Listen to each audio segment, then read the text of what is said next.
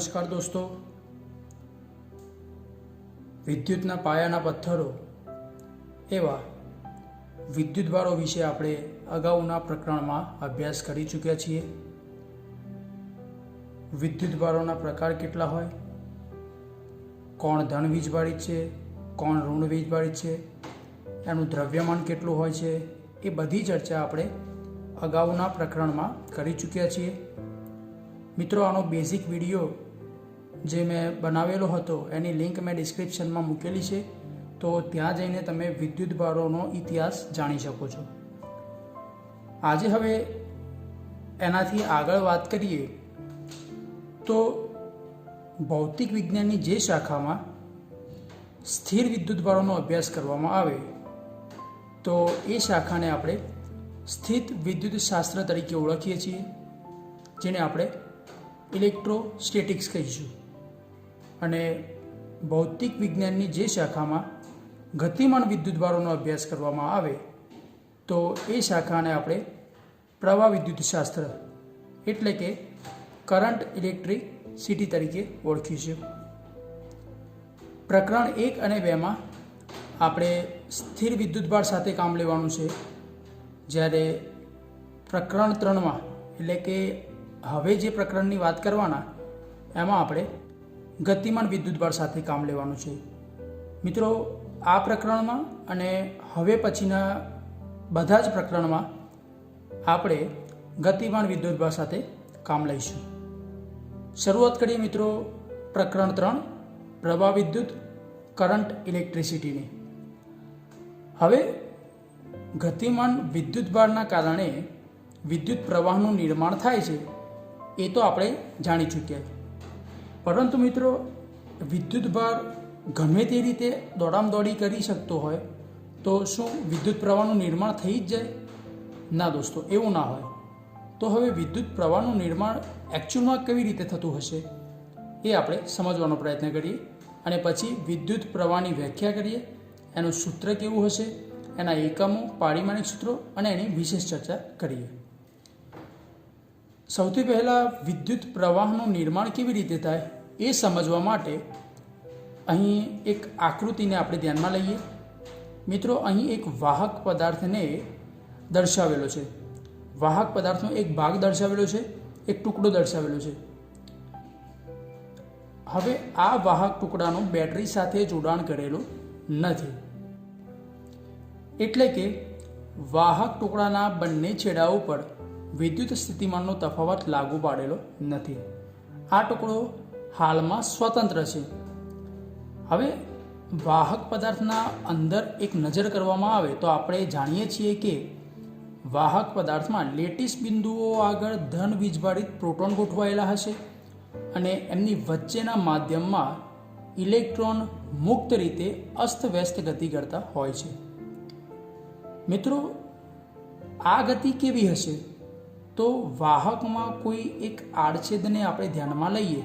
અહીં મેં એક આડછેદ બતાવેલો છે, તો આ આડછેદમાંથી ધારો કે 1 મિનિટમાં 100 ઇલેક્ટ્રોન આ વાહકના આડછેદમાંથી જમણી તરફ પ્રસરણ પામતા હોય તો એ એક જ મિનિટમાં 100 ઇલેક્ટ્રોન જમણી બાજુથી ડાબી તરફ પણ પ્રસરણ પામતા હોય છે। એટલે કે 100 ઇલેક્ટ્રોન જમણી બાજુ નીકળી ગયા અને 100 ઇલેક્ટ્રોન ડાબી બાજુ નીકળી ગયા, મતલબ કે આમાંથી કોઈ એક દિશામાં વહન પામતો પરિણામી વિદ્યુતભારનો જથ્થો શૂન્ય હોય છે।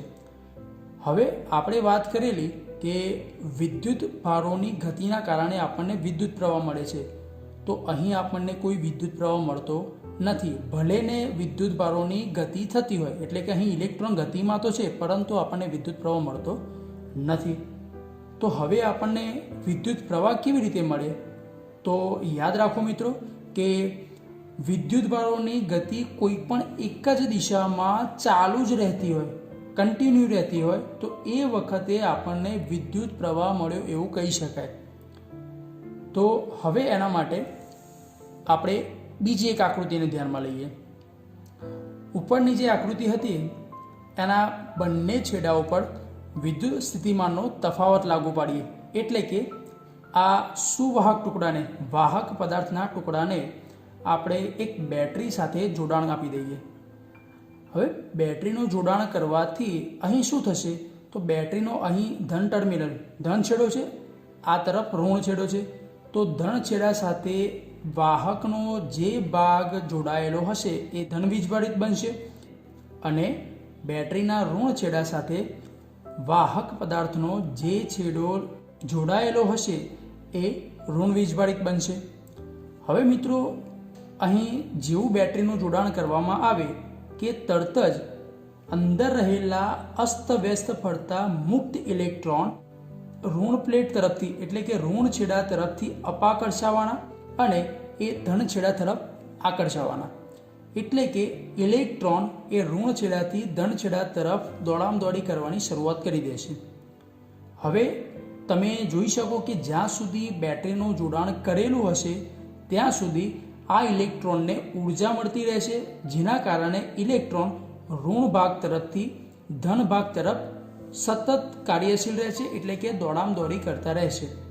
હવે આપણે ઉપર વાત કરી હતી એ પ્રમાણે કોઈ એક આડછેદનો વિચાર કરીએ તો અહીં આ આડછેદમાંથી ઇલેક્ટ્રોનનું ડાબી તરફ સતત વહન થયા કરે છે. તો હવે આપણે કહી શકીએ કે આ વાહક પદાર્થમાં વિદ્યુત પ્રવાહ ઉત્પન્ન થઈ ગયો છે. એટલે કે વાહકના આ આડછેદમાંથી વિદ્યુતભાર એટલે કે ઇલેક્ટ્રોનનો જથ્થો વહન પામી રહ્યો છે.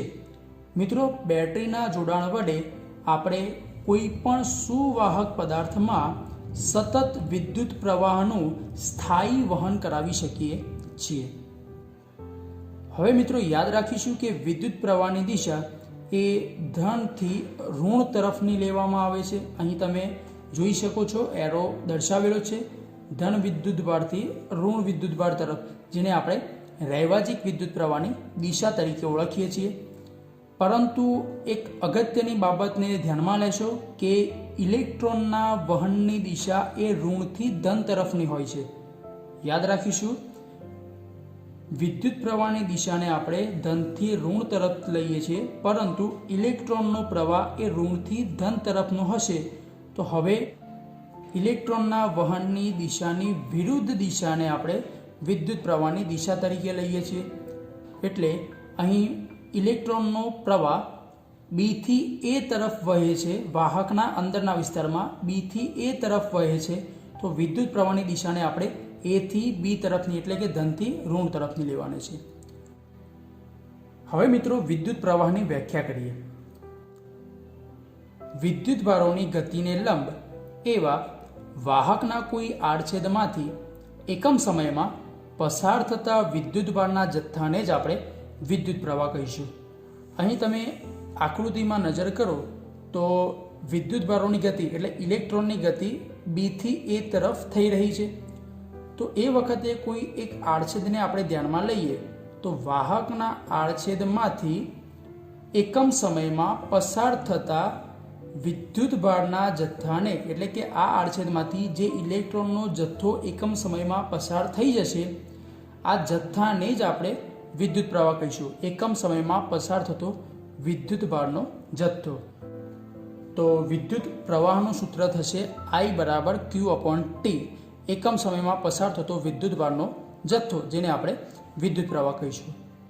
વિદ્યુતભારના ક્વોન્ટમીકરણ પરથી Q બરાબર Ne લખી શકાય, જ્યાં N એ ±1, 2, 3, 4 N સુધી એટલે કે પૂર્ણ ગુણાંક સંખ્યા અને E એ મૂળભૂત વિદ્યુતભાર છે, જેનું મૂલ્ય આપણે જાણીએ છીએ 1.6 × 10⁻⁹ કુલમ. હવે આ Qની કિંમતને આપણે અહીં એપ્લાય કરીએ તો Iનું એક બીજું સૂત્ર મળશે વિદ્યુત પ્રવાહનું, Ne/T.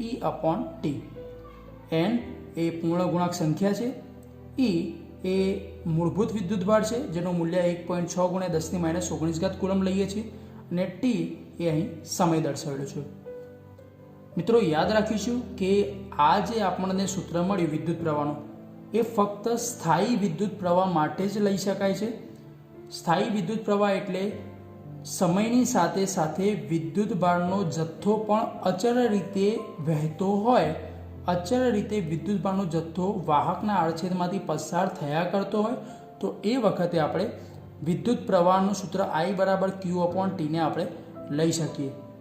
હવે એકમની વાત કરીએ તો વિદ્યુત પ્રવાહનો એકમ થશે Q અપોન T પરથી કુલંબ પ્રતિ સેકન્ડ, અને વધુમાં તેને આપણે કેપિટલ A વડે પણ દર્શાવીએ છીએ.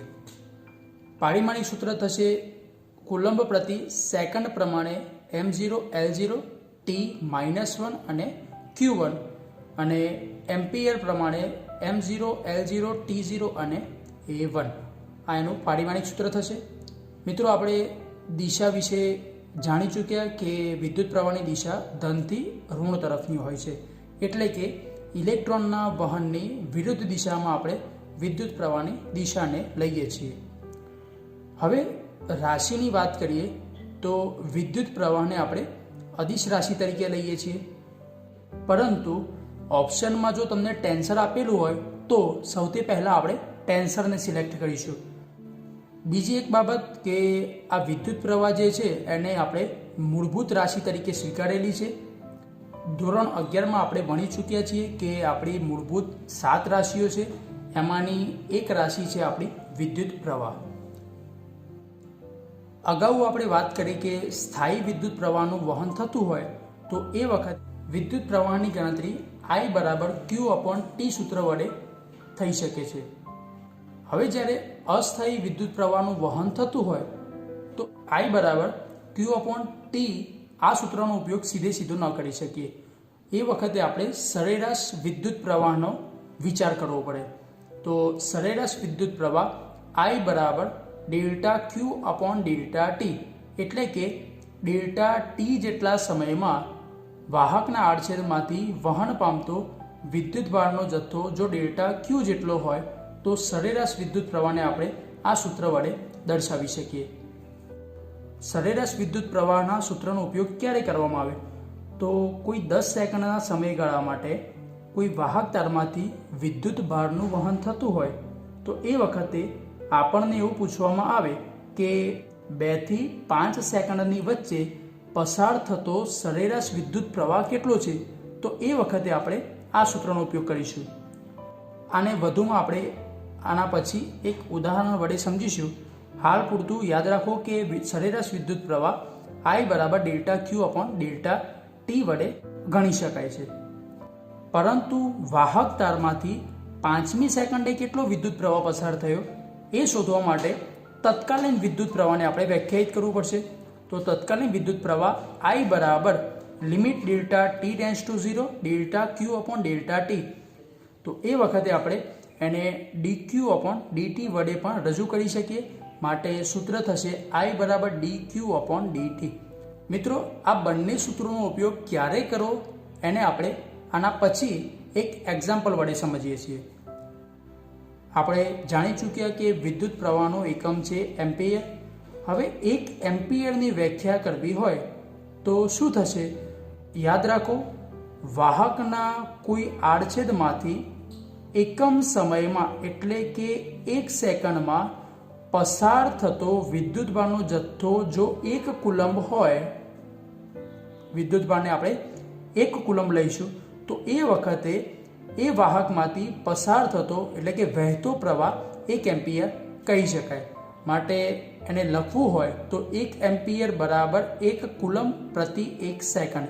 એકમ સમયમાં વાહકના આડછેદમાંથી પસાર થતો વિદ્યુતભારનો જથ્થો જો 1 કુલંબ હોય તો આપણે એવું કહી શકીએ કે વાહકમાંથી વહેતો પ્રવાહ એ 1 એમ્પિયર જેટલો હશે.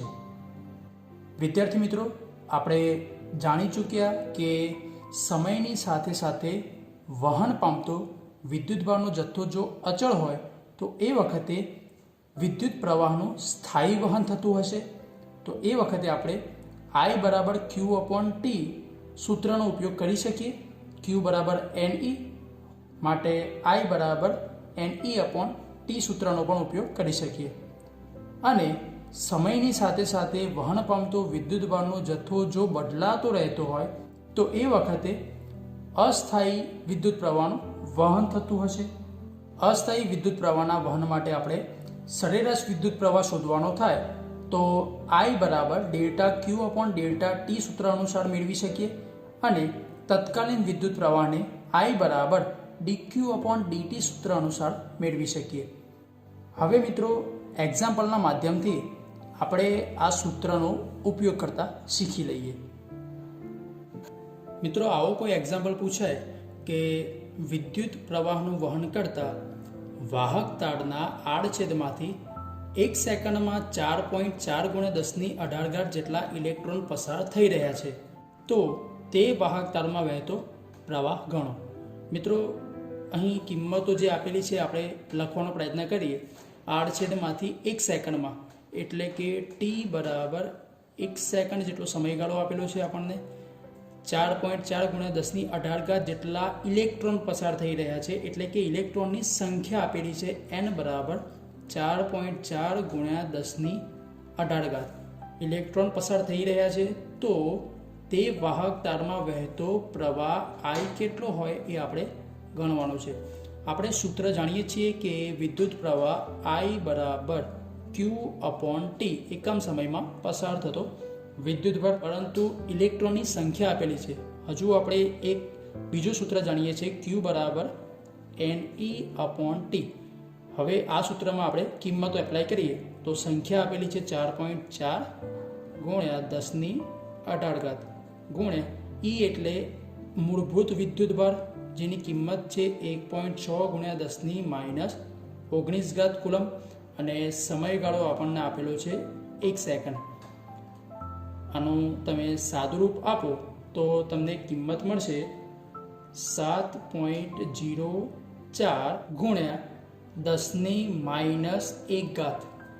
તો આનું સાદુરૂપ થશે 0.7 વિદ્યુત પ્રવાહનો એકમ થશે એમ્પિયર. તો વાહક તારમાંથી વહેતો વિદ્યુત પ્રવાહ 0.7 એમ્પિયર જેટલો આપણને મળશે. હવે મિત્રો તમને આનાથી ઉલટું પૂછવામાં આવે, એટલે કે વિદ્યુત પ્રવાહની કિંમત તમને આપી દીધેલી હોય, સમય આપી દીધેલો હોય અને વાહક તારમાંથી પસાર થતા ઇલેક્ટ્રોનની સંખ્યા માગેલી હોય, તો એ વખતે તમે I બરાબર ne/t સૂત્ર અનુસાર એમાંથી n ને કરતા બનાવો અને IT/E માં વિદ્યુત પ્રવાહ, સમય અને E એટલે કે મૂળભૂત વિદ્યુતભાર 1.6 × 10−19 કુલમ, આ કિંમતો મૂકી સાદુરૂપ આપો તો તમને એમાંથી પસાર થતા ઇલેક્ટ્રોનની સંખ્યા એટલે કે 4.4 × 1018 જેટલી સંખ્યા મળી શકે. વિદ્યાર્થી મિત્રો, એક બીજા એક્ઝામ્પલને આપણે ધ્યાનમાં લઈએ. અહીં વિદ્યુતભારની કિંમત તમને આપેલી છે 2t² + 4t + 2, અને એવું પૂછવામાં આવ્યું છે કે 2 થી 4 સેકન્ડની વચ્ચે વહેતો વિદ્યુત પ્રવાહ કેટલો હશે. આવો એક્ઝામ્પલ આવે 2 થી 4 સેકન્ડની વચ્ચે, એટલે કે અહીં સરેરાશ વિદ્યુત પ્રવાહની કિંમત માગી છે. આપણે સૂત્ર જાણીએ છીએ કે સરેરાશ વિદ્યુત પ્રવાહ I બરાબર ΔQ/ΔT. ΔQ એટલે અંતિમ વિદ્યુતભાર અને પ્રારંભિક વિદ્યુતભાર, એટલે કે QF - QI/TF - TI, અંતિમ સમય અને પ્રારંભિક સમય, આ બંનેનો તફાવત છે. હવે અહીં આ ચાર કિંમતોને એપ્લાય કરીએ અને સાદુરૂપ આપીએ એટલે આપણને અહીં સરેરાશ વિદ્યુત પ્રવાહ મળી જશે. પહેલાં QF ને શોધીએ. QF એટલે 4 સેકન્ડે વહેતો વિદ્યુતભાર. તો Q4 બરાબર, અહીં આપણે સમયની કિંમત 4 સેકન્ડ મૂકીશું, તો 2/4² + 4, ટીની કિંમત અહીં 4 સેકન્ડ મૂકીએ +2 બરાબર કેટલું થશે, તો 16 × 32 +16 + 2 બરાબર. આનું કેલ્ક્યુલેશન કરીએ તો આપણને સરવાળો મળશે 50 કુલમ્બ. તો Q4ની કિંમત મળી, એટલે કે ચોથી સેકન્ડે પસાર થતો વિદ્યુતભાર એ આપણને 50 કુલમ્બ જેટલો મળ્યો. એ જ પ્રકારે Q2 બીજી સેકન્ડે વહન પામતો વિદ્યુતભારનો જથ્થો કેટલો હશે એ આપણે શોધી દઈએ. તો 2નો વર્ગ, અહીં ટીની જગ્યાએ આપણે 2 સેકન્ડ એપ્લાય કરીશું, +4 × 2 + 2 is equal to 8 plus 8 plus 2 is equal to 18 coulomb. Q2 બરાબર 18 કુલમ. માટે સરેરાશ વિદ્યુત પ્રવાહ I બરાબર, અહીં કિંમતો આપણે એપ્લાય કરીએ તો 50 માઇનસ QI એટલે કે 2 સેકન્ડે વહેતો વિદ્યુત ભાર 18 કુલમ છે, ભાગ્યા TF એટલે કે 4 સેકન્ડ માઇનસ TI એટલે 2 સેકન્ડ. આનું સાદુરૂપ આપીએ તો 32 ભાગ્યા 2 એટલે કે 16 એમ્પિયર વિદ્યુત પ્રવાહ મળશે. 2 થી 4 સેકન્ડની વચ્ચે વહેતો વિદ્યુત પ્રવાહ એ સરેરાશ વિદ્યુત પ્રવાહ હશે, જેની કિંમત મળશે આપણને 16 એમ્પિયર. હવે મિત્રો એવું પૂછવામાં આવે કે 4 સેકન્ડે જ, અહીં તો 2 થી 4 સેકન્ડની વચ્ચે પૂછેલું હતું, પરંતુ ફક્ત 4 સેકન્ડને જ વ્યાખ્યાયિત કરવામાં આવે કે 4 સેકન્ડે વહેતો વિદ્યુત પ્રવાહ કેટલો હશે. તો એ વખતે આપણે તત્કાલીન વિદ્યુત પ્રવાહ આઈનું સૂત્ર ધ્યાનમાં લઈશું. માટે તત્કાલીન વિદ્યુત પ્રવાહ I બરાબર dq અપોન dt. ક્યુની કિંમત અહીં એપ્લાય કરીએ અને એનું વિકલન કરીએ. ક્યુની કિંમત હતી 2t² પ્લસ 4t પ્લસ 2. હવે આ પદનું આપણે વિકલન કરીએ સમયની સાપેક્ષે, તો આપણને પદ મળશે 4tની 1 ઘાત પ્લસ 4 પ્લસ 0. માટે 4t પ્લસ 4. અહીં આપણે ટીની કિંમત મૂકીશું.